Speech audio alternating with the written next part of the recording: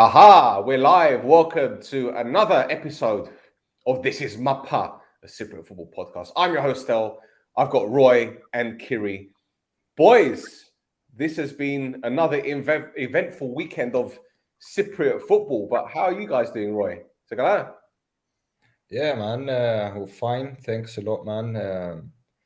I don't know, it's today is midweek and I've got this feeling that it's still Monday, I feel that I'm so like not really looking forward to to the rest of the week. I'm so tired and running around, and it still seems like there's a lot till the weekend.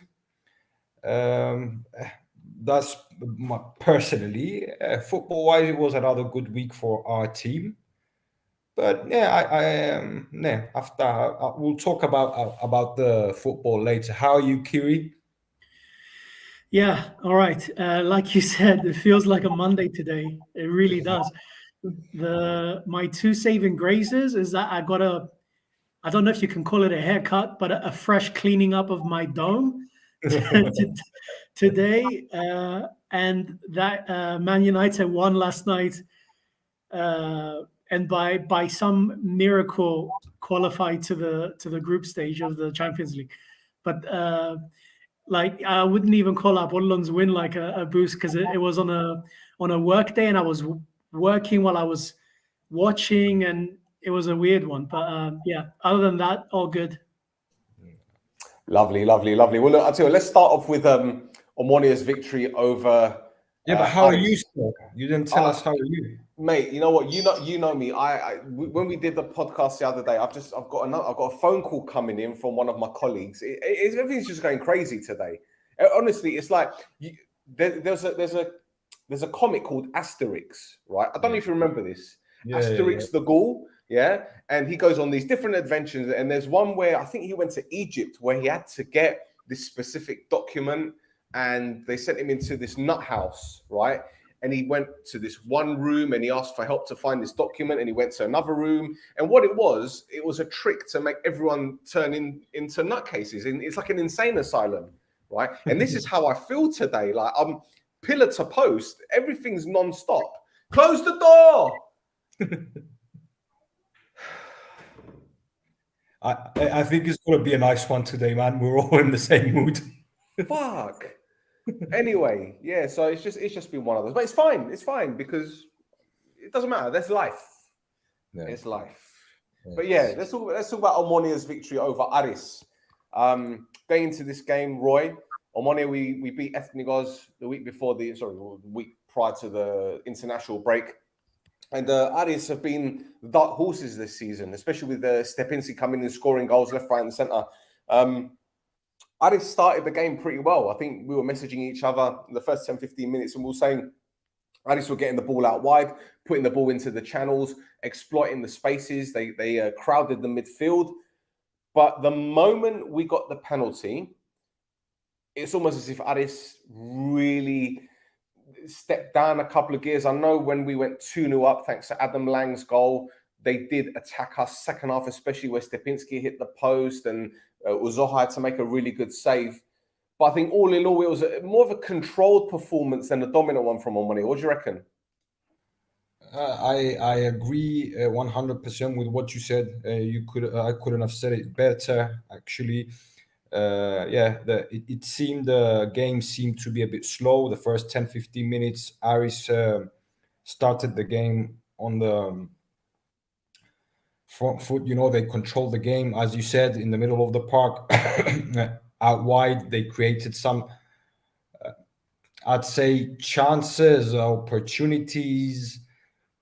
They had a shot wide from Stepinski. It seemed like Sheu was going to be struggling from the right-hand side. Again, in the middle of the park, Mix and Jordi seemed to struggle a little bit in the beginning. But as the game progressed, and especially after the point we scored the penalty, which we're looking at now with Chepa, but even more after the second goal with Adam Lang, I think I don't know if it changed the approach of the game for the second half, because you obviously had a 2-0 victory. We put in Kakuli for Chepa as well, which showed that maybe Mr. Berg wanted to play on the counter attack because he expected Aris to attack. Okay, obviously Aris had to attack if they wanted to nick something off the game. They did create some chances. They hit the was it the post? Yeah, the post. Yeah, before. It was after this goal was disallowed, which quite rightly so, in my opinion. Yeah. When I first saw it, I thought that's offside. Yeah, it was offside. It was offside. That's the Nedo Logari. And then Logari. Anyway, Uzoho had to make a couple of saves. But all in all, I think that if I'm keeping something from this game, it's the clean sheet. Is the 3 goals scored, even though the for someone who hasn't watched the game and just saw the end result, the final result, would think that Omonoia dominated the game. But you said that it was mostly we controlled the game. It was a professional sort of win. It's the first consecutive win Omonoia. For this season, it's the first time we beat 2 games consecutively. We kept a clean sheet. We scored 5 goals in 2 games. Some players seem to remind us of the players we were used to last year, playing on the top level, especially Sheu for me was probably MVP. Hubo played his best game, Uzoho as well. But all in all, it was a good performance. If I have to say something that I didn't like is in open play, we didn't create chances. If I'm not mistaken, other than the goals that were 2 from penalty spots and 1 from a free kick, I can't remember us creating any other chances in open play, and that concerns me a little bit. But overall, a good confidence boost, and we're looking in the future with more positivity, I think. The thing is, right, what I was very pleased about in this game was the fact that we limited Aris to shots from outside the box, apart from the header, which was saved by Uzoho, which was a brilliant save, which we saw earlier. That was their only real clear-cut opportunity. I know Stepinski had a chance earlier on in the game, which he put just wide. So it wasn't as if we were peppered. And I think that shows how much we've improved defensively since the beginning of the season, when we were pointing out all the defensive issues. You know, it was bog standard defending, which they were getting wrong. And as we were saying on the No Choftis podcast, the only one that we do, these were basic errors which you wouldn't expect experienced players to make.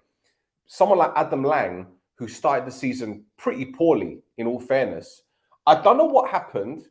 I don't know, maybe like he sucked some powers out of Harry Kane after pocketing him in the international game between England and Hungary, where Harry Kane didn't do anything.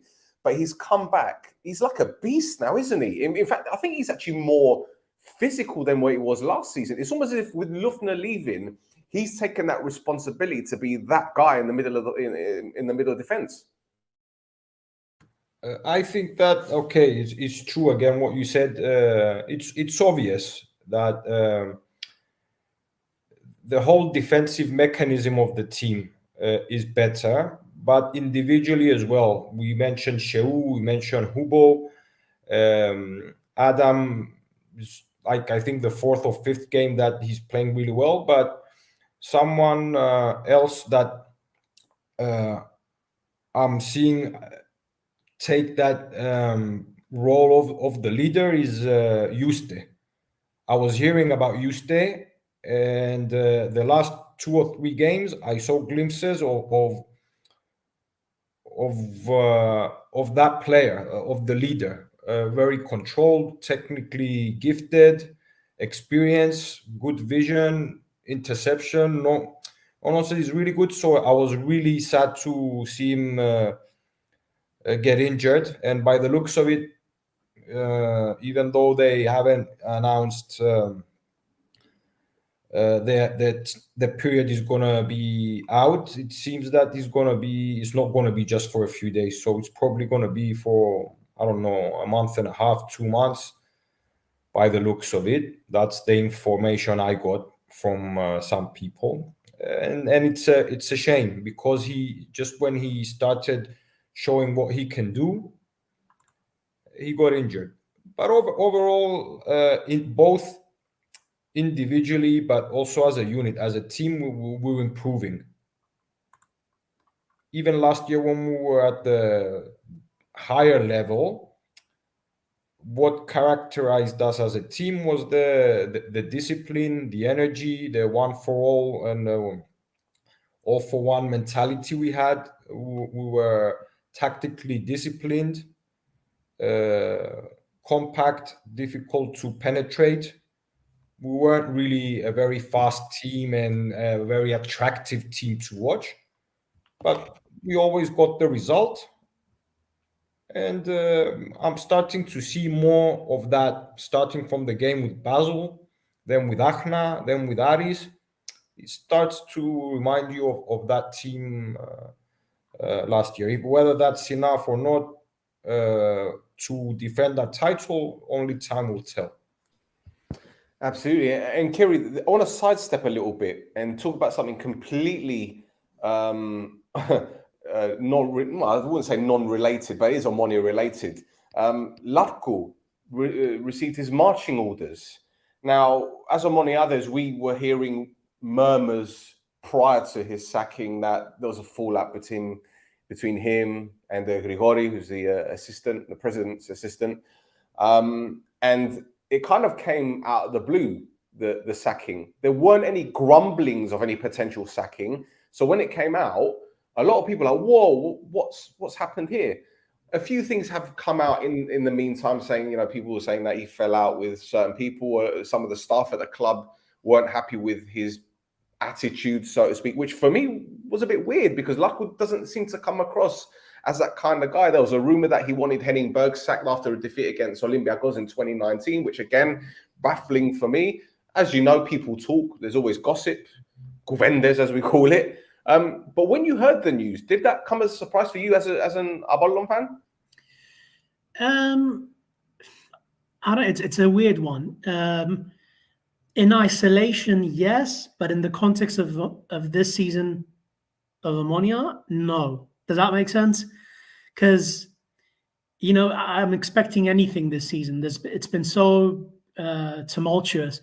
But if you compare it with last season, it's just the contrast it's just huge. Because I was following Omonoia closely, obviously, because they were playing in Europe, chasing the title. There was a lot of good content, on the journalist side, that I could go to Omonoia's YouTube page and find a lot of videos that I could find direct quotes from the fish's mouth that I could use in pieces, that I didn't have to go through a translated piece on a Greek language website, which may or may not be accurate.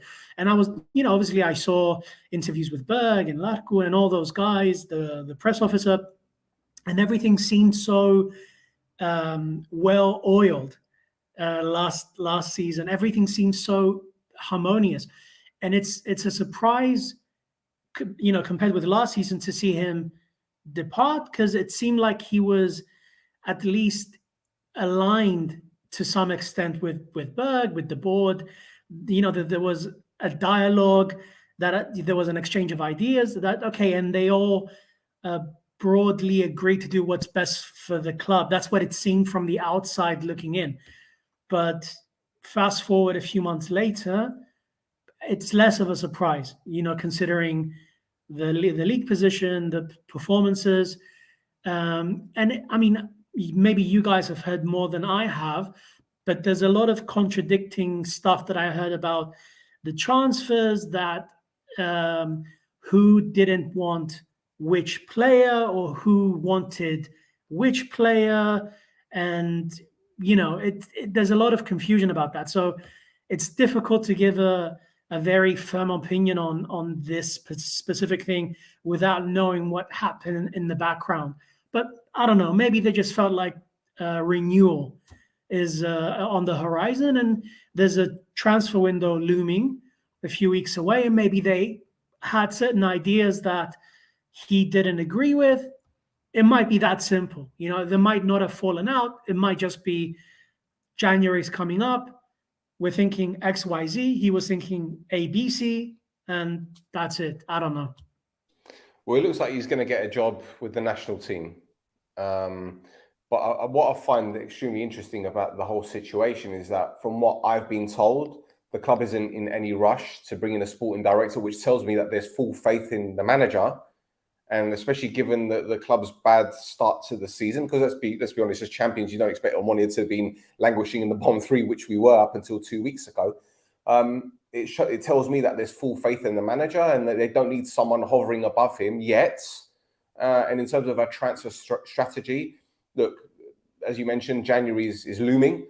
And I don't think there's going to be any major changes. It looks like there are some players who were perhaps out of favour a few weeks ago that are now back in contention. We saw Kiko come off the bench. We saw Dura come off the bench. Duri score from the spot again.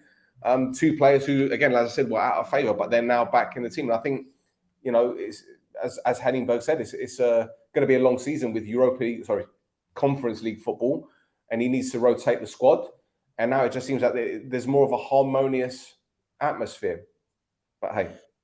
I was going to say two things from what you guys were saying before. One about Eustace, which I had a very favorable view on him at Apollon. Obviously, it took some time, it seems, for him to find any semblance of form at Omonoia, but unlucky with the injury, just as things were clicking for him. And the other thing was about Lang, which it was the very typical reaction of a centre back scoring and not knowing what to do with themselves. Exactly. He just kind of stood there, like momentarily thinking, like processing the fact that I just scored. Always like that awkwardness of defender scoring. Absolutely brilliant. Absolutely brilliant.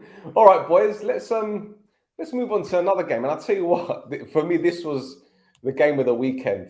And it was Anorthosis losing 3-2 to Olympiacos. Anorthosis could have been out of sight by the time Vardar made it 1-0. They had a couple of opportunities, as we're watching now. Vardar hit the post. But then Vardar gave Anorthosis the lead. A goal that was initially disallowed for a foul. And when I saw it, I'm thinking, that's 6 and 1/2 dozen of the other. They're both tugging on each other's shirt. Fortunately for Anorthosis, it went to VAR, and the referee made what I believe was a correct decision. Lafferty missed the chance, which perhaps he probably should have scored. And there was a shot from outside the box, which went narrowly wide from who else? You guys who know who we were going to say, because he always scores worldies. But the Sambinia equalised.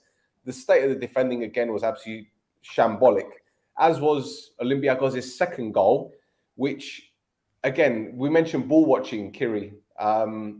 Ball watching personified, and we're just about to see this second goal because the ball's dragged back, and look how many players are around him, how much space he's got. He's put it in the back of the net for 2-1. And then a controversial penalty for Olympiacos to make it 3-1 from Arayuri. Now, I'd be pissed off if I was an Anorthosis fan, because for me, all right, I know they could say that his arm was in an unnatural position, but he's side on. Okay, his arms are out, but is that really a fair decision to make? I don't know, but that made it 3-1 from the resulting penalty, and then Lazaro scored an absolute worldie in the 94th minute. But boys, it just seems that if I was an Anorthosis fan right now, I'd be wondering how the hell they've blown so many points this season. Because when you look at their performances, they haven't actually been playing bad in the balance of play. If you want to talk about a general performance over 90 minutes, I could never turn around and say this season they've been absolutely battered. But they've just shot themselves in the foot constantly. Kyri, I don't know, what do you make of this? I mean, just a few points that I had in mind. One was with Wado, because we were obviously discussing him in the preseason and the first couple of games, and it seems like he's actually a good, contributor for them. And speaking with fans of Anorthosis, they rank him quite highly among wingers in the league, and he's played well. I think actually the game with Olympiacos might have been one of his best games for Anorthosis, if not the best one so far, because obviously he scored and he created and had a few chances to score early as well. With the goal, I agree with you 100% that it was the right decision, even though and when I first saw it, I thought it was a foul because of the way the defender fell. I thought it was one of those push the defender off so you can get the header, but if anything, the defender was pulling harder than the other way around. So good decision. Penalty was really weird, really weird. I would be pissed as well because he was standing well outside the box. I mean, when I'm saying well, obviously, always relatively speaking, with the fine margins of VAR. So it was very harsh. But as I said with other things, other very marginal calls this season, if you're going to give that penalty, and if you're going to follow the law to the letter, you have to do it every time moving forward, and also not just give it, but check, because obviously that's the loophole with VAR, is that if it doesn't go to VAR, then we wouldn't be having this discussion anyway. So yeah, I'll be pissed. But can I just sidestep the on-field stuff to get directly to the manager? Because I had the feeling. I have to, because his presser was a classic Ketsbaia. Like minutes after the full time, he says, "You won't be seeing some players ever again," which in a different context,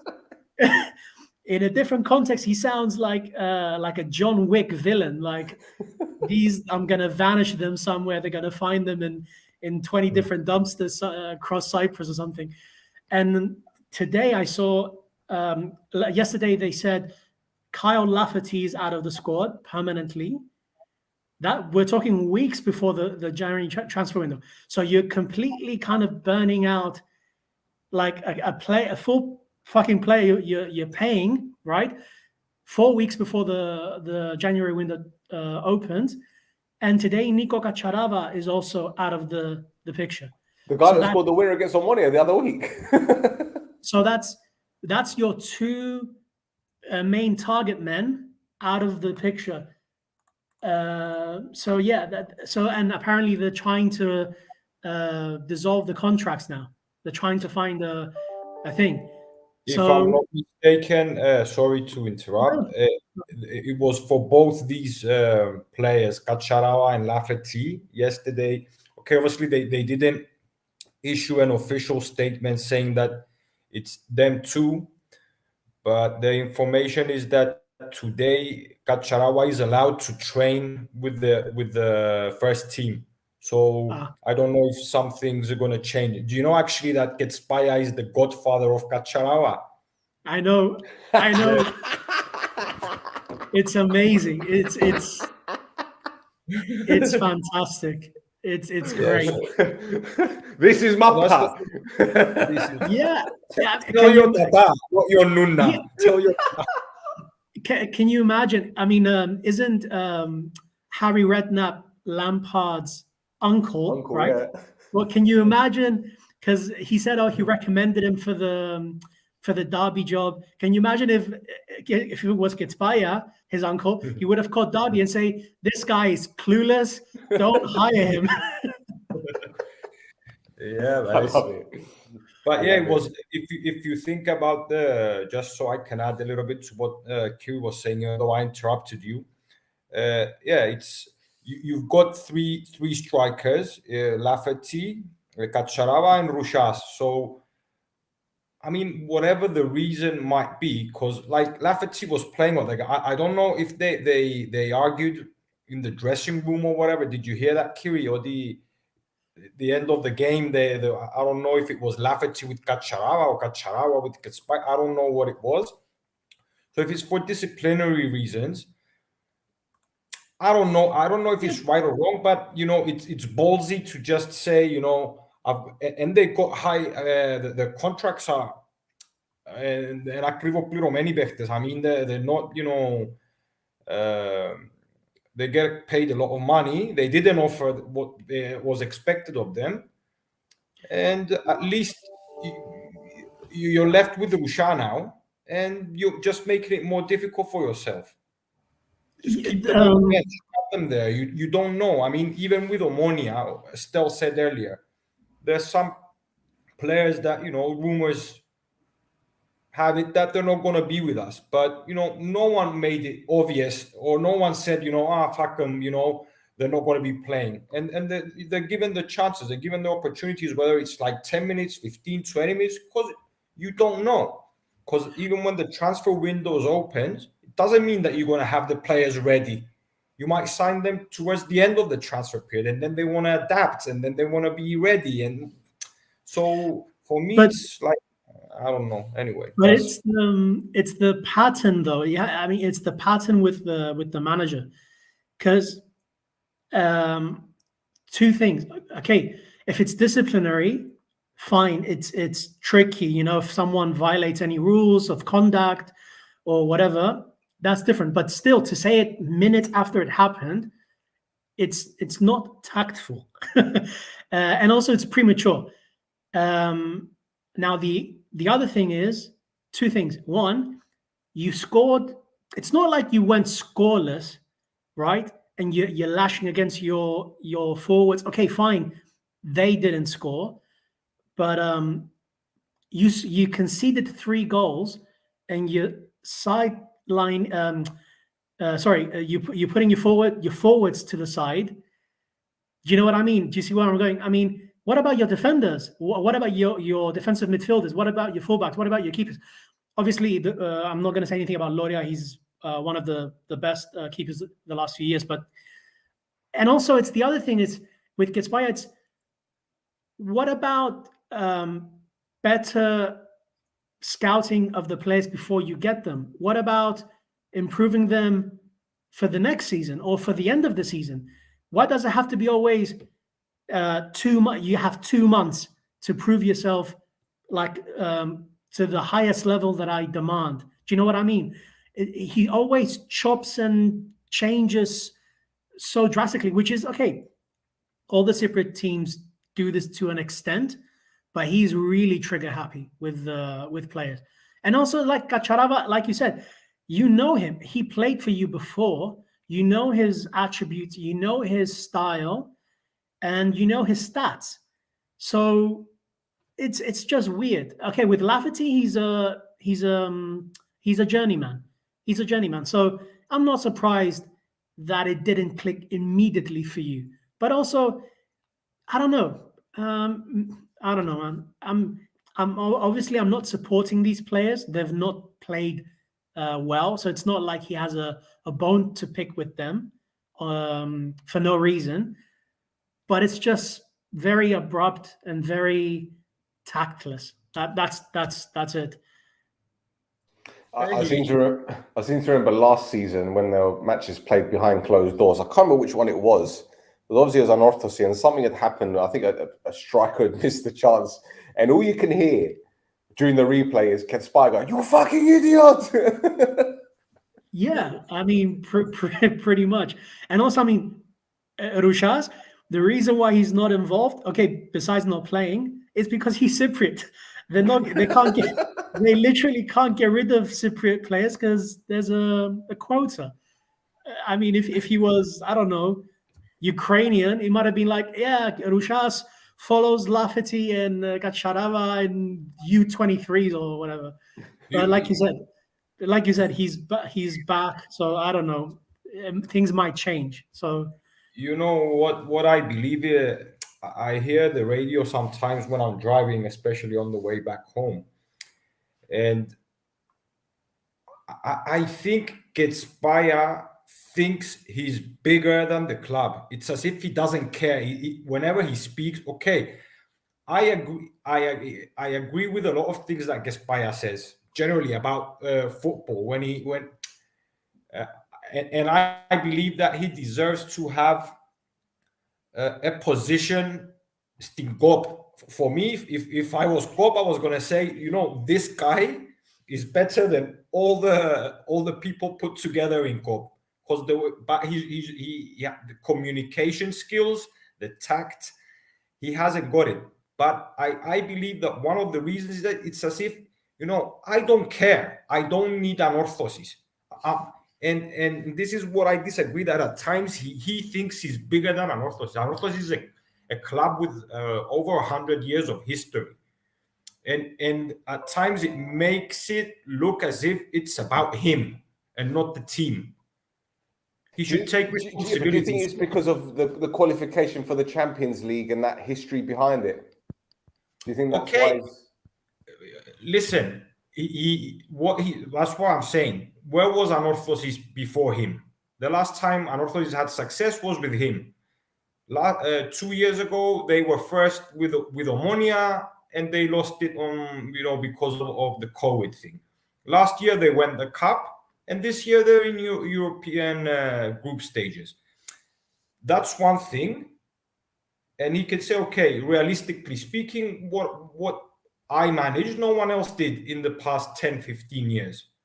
But on the other hand, you can't,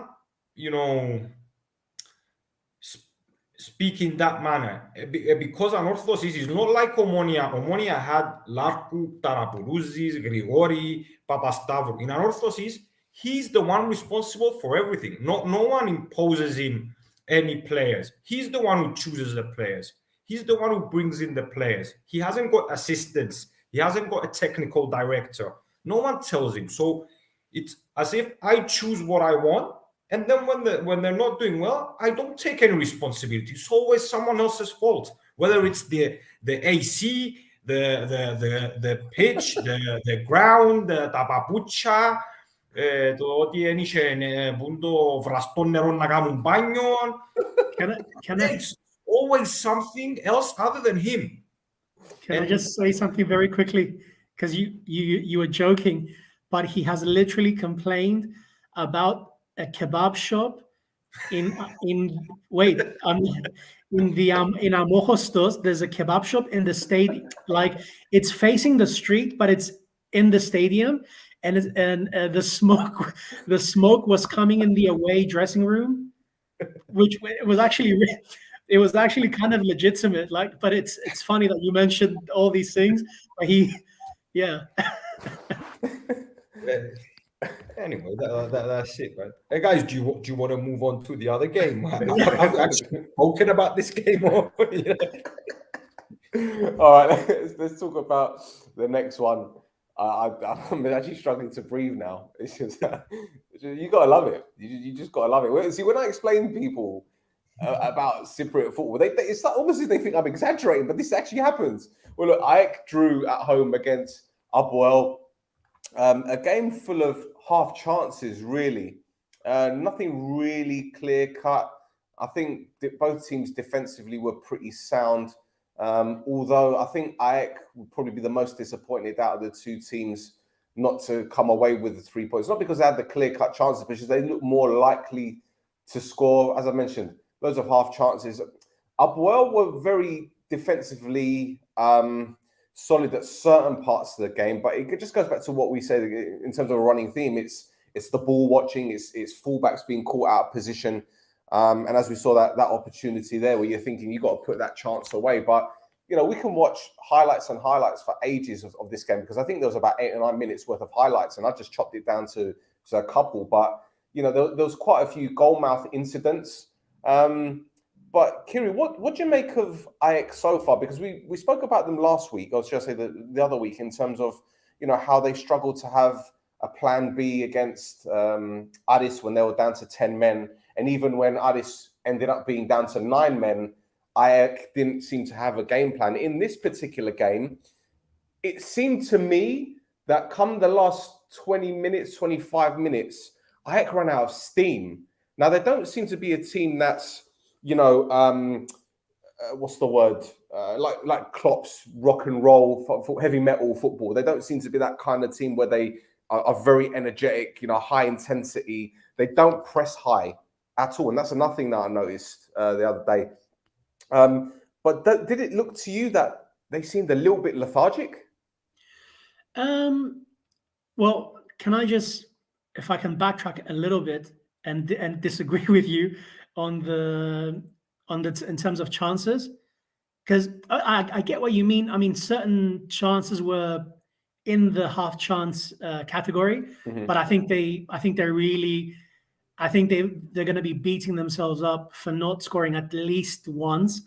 I remember, I think APOEL had like one vaguely threatening thing in the first 10 minutes, and then it went to the 52nd minute for then like the next time they were threatening. Yeah. I think on a good day, Romo might have had 2 or 3 goals. And actually checked Scout after the game, and I think it was 2.5 xG APOEL, 0.5 APOEL. I don't know what Hail Mary prayers Avusti was doing. I think they were really lucky not to concede. I'm not surprised they didn't score, especially without Souza. But but in terms of the lethargy, no, they're not. As you said, they're not Liverpool. They won't, you know, hound you down across the pitch and everything. But they do position themselves high up the pitch, if that makes sense. So it's not active pressure, but it's positional pressure, if that kind of makes sense. Yeah. And it wasn't difficult with APOEL. Like they were really deep defensively positioned APOEL for a lot of the game. They didn't really have a huge threat on the counter this game. I mean that. I think AEK really deserved to win this game. But yeah, I mean there wasn't that like a post or one-on-one missed chance, but they created enough threatening scenarios for them to have taken at least a goal from it. But yeah, anyway, I mean that definitely benefits the teams chasing APOEL and benefits Apollon at the top in terms of AEK, but they do look good money, AEK. This season. Yeah. Brilliant. Right, let's talk about APOEL then.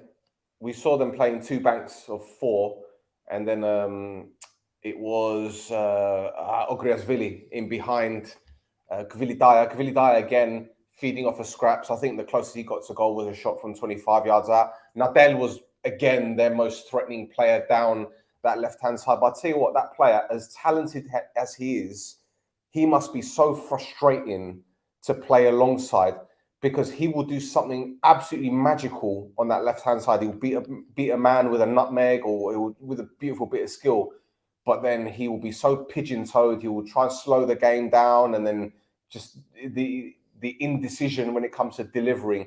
He's one of these players I like to call instinctive. Give him a split second to think, he'll kill you.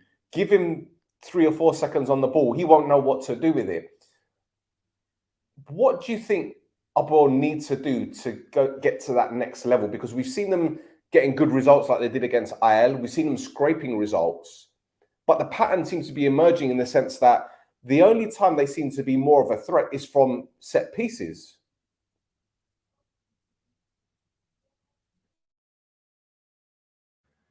Yeah, the truth is I haven't got a very clear picture of APOEL. I mean, obviously they started really slow this season, and even though we expected that it was going to be a matter of time for them to show glimpses of the quality and the talent of the players they have signed.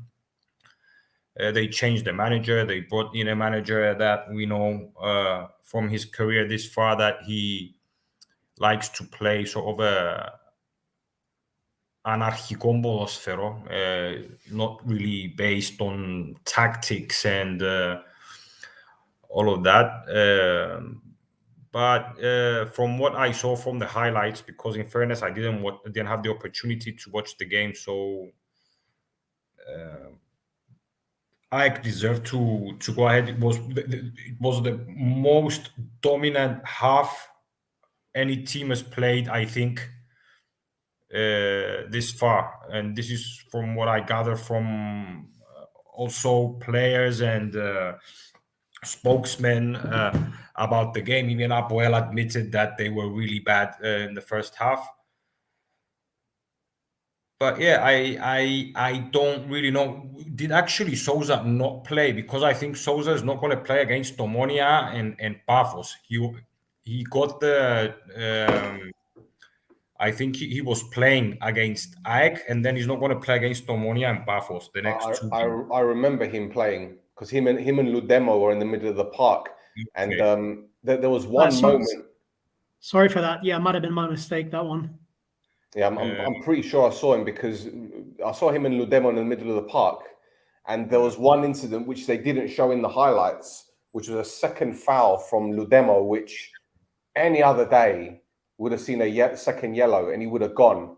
But again, I'm not suggesting APOEL get favourites, decisions go their way, but on this occasion, they got away with it. I don't know if you saw it, Kyri, but when I saw it in real time, the first thing I thought was that he's going to go, isn't he?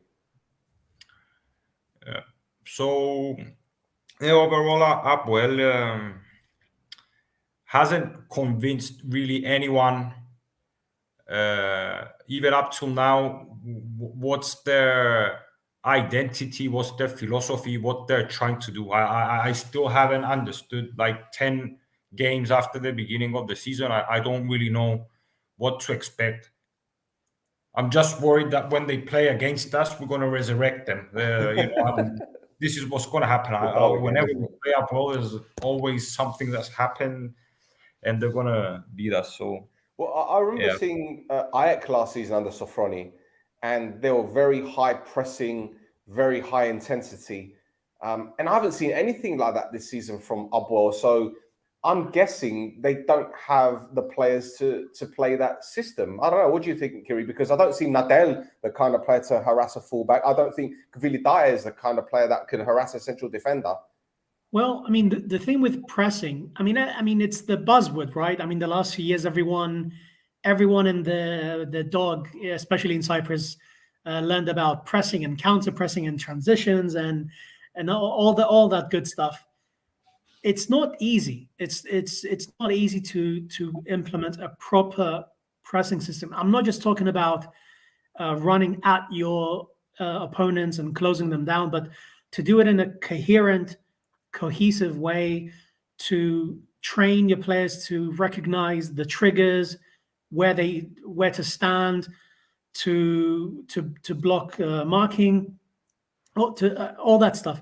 So yeah, with APOEL, I mean, Ludemo is not a pressing player. He's a slower, more static DM. Sousa is more dynamic. Natel is more offensively minded. Kvilitai is a slow target man. Ogriashvili is okay. Ketsbaia got him to mark, but it doesn't seem like he liked it, and also he's had injuries and stuff. So it's to shape a squad to do that. You have to do it in the summer. You can't. Do you know what I mean? And basically, I'm agreeing with you. They don't have the squad makeup that favors that type of football to me. Yep. You're on mute, Stel. Unmute your mic. God damn it.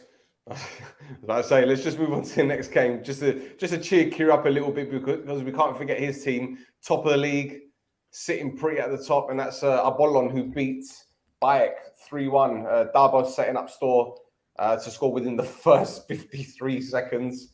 Talk about coming out of the blocks. Then they made it 2 from Darbo, who finished from close range. Pretty decent finish, although the goalkeeper will probably be kicking himself because he probably could have done a lot better. Then came a little bit of a controversial incident, a penalty awarded, which, again, in different leagues, you're probably thinking that's more of a shove, little barge there, but obviously it was given, went to VAR, and Babic made it 2-1, but Darbo had 2 chances either side of half time. Could have killed it off, but he did. At the end of Psycha made it 3-1 with 10 minutes to go. So I don't know why he didn't show that goal, but sorry there, Kyri, but it's a penalty. But yeah, what's your take on the result, Kyri? I just need to get the door. 2 seconds. Sorry, mate. Yeah, no worries. I think well deserved. I think the penalty was a bit weird, but fine. It's Cyprus. You tend to give those those kind of penalties.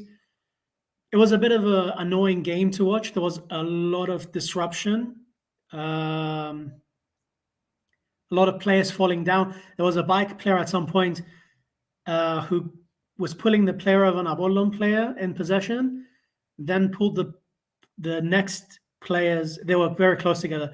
Pulled the next player's shirt. I think it was Robert, the second one, accidentally injured himself by running into his back, fell down. Apollon was in attack, and the ref stopped the game to check a head injury. It was just very strange. And there were a few of these in the first half, because in the second half, frustration built up. And there was this one moment when I think PAEEK did a harsh tackle or something like that. And it resulted in a little scuffle between a few players. And there was like two minutes of extra stoppage time added on top of the other 3 or whatever it was. But other than that, yeah, it was. I'm saying the same things week in, week out. I can see what he's trying to do, the manager. It seems like he's doing it a bit more every week. Darbo has caught a lot of flack last season because he fell off sharply after we got kicked out of Europe, because he started on fire and then, his performances took a dip. But this season, I mean, he's not perfect, obviously, but he really, really puts in the effort. Got an assist, got a goal this game. I don't begrudge the other 2 quote unquote chances that he didn't score. They weren't super clear cut. They were good chances, but I'm not expecting him to be Agüero when he was 22 years old or something. But it's some other few things that he needs to iron out. Certain passing decisions, a few first touches here and there. But other than that, I'm quite happy with his contribution the last few weeks. The other big thing with Apollon is a lot of injuries. Avrias is out until the end of the year. So that's 6 to 7 weeks from what I'm reading between the lines from what people have been saying. So we might need a right back in January. Not sure. They're saying that Apollon is interested in getting a forward. Again, I see it, but that means some people will have to go because there's a lot of players technically occupying the slots in the squad. Vitas is out, Hambos is out. I think we need a centre-back. Roy said Aris has been improving, and he really has. And I noticed a little thing, actually, the last 2 games, but it was really evident with PAEEK. Something that 100% Zorniger says this to him or whoever is occupying the left centre-back slot, which is upon reception of the ball, make a forward run down the left wing up until the middle of the field, turn back and just give it to the closest player or the other centre-back, which I think with PAEEK, he did it at least 3 times in the first half, which basically shifted PAEEK up the pitch and allowed Apollon to build from a higher spot than they would have had he not made that run. So just a pattern that I noticed him doing. But yeah, as much as I appreciate Aris and Robert, we definitely need another centre-back because Wellington didn't really play well in his 2 appearances, and then he got injured. I think he got a knee injury. So they need to invest in that area. So CB, right back, and maybe a forward if someone leaves. But yeah, other than that, again, Jrandi, really, really quality player.